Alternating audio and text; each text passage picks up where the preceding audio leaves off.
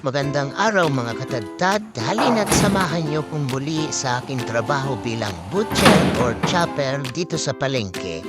Mula sa pagbaba ng mga baboy mula sa delivery truck hanggang sa pagbaklas at pagtanggal ng mga buto-buto nito.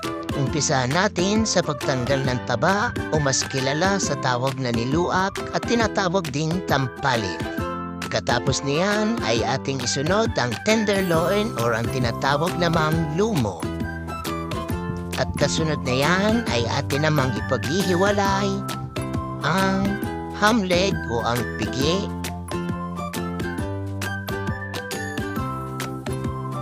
At pagkatapos naman ay ang pork shoulder o ang tinatawag na kasim. Habang nakikipaglaban tayo dito, mas magaling pa ay i-like and share mo ang video ito at mag-subscribe ka na sa channel ko. Yes!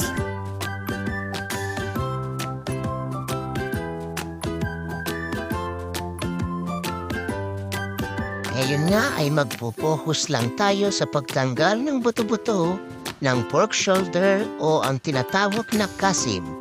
Uumpisahan natin sa pagtanggal ng ribs. Alam ko hindi yan ang ribs pero dito sa amin yan ang tinatawag naming ribs kaya't walang pakialamanan. Nanginginig na ako sa'yo! Kailangan ang ating ribs ay medyo malaman para kaakit-akit sa ating customer. At yan naman ang tinatawag nating pitcho. Pero tinatawag din ng iba na baby back ribs. What?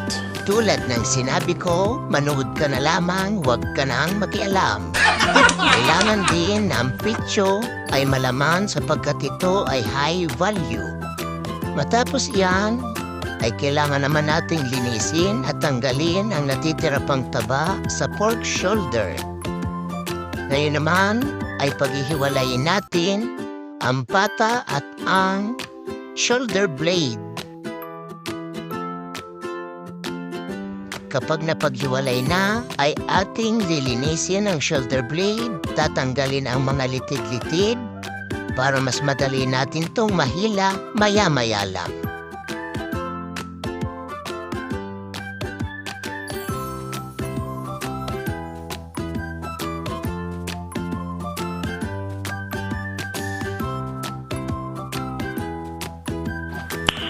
Nice.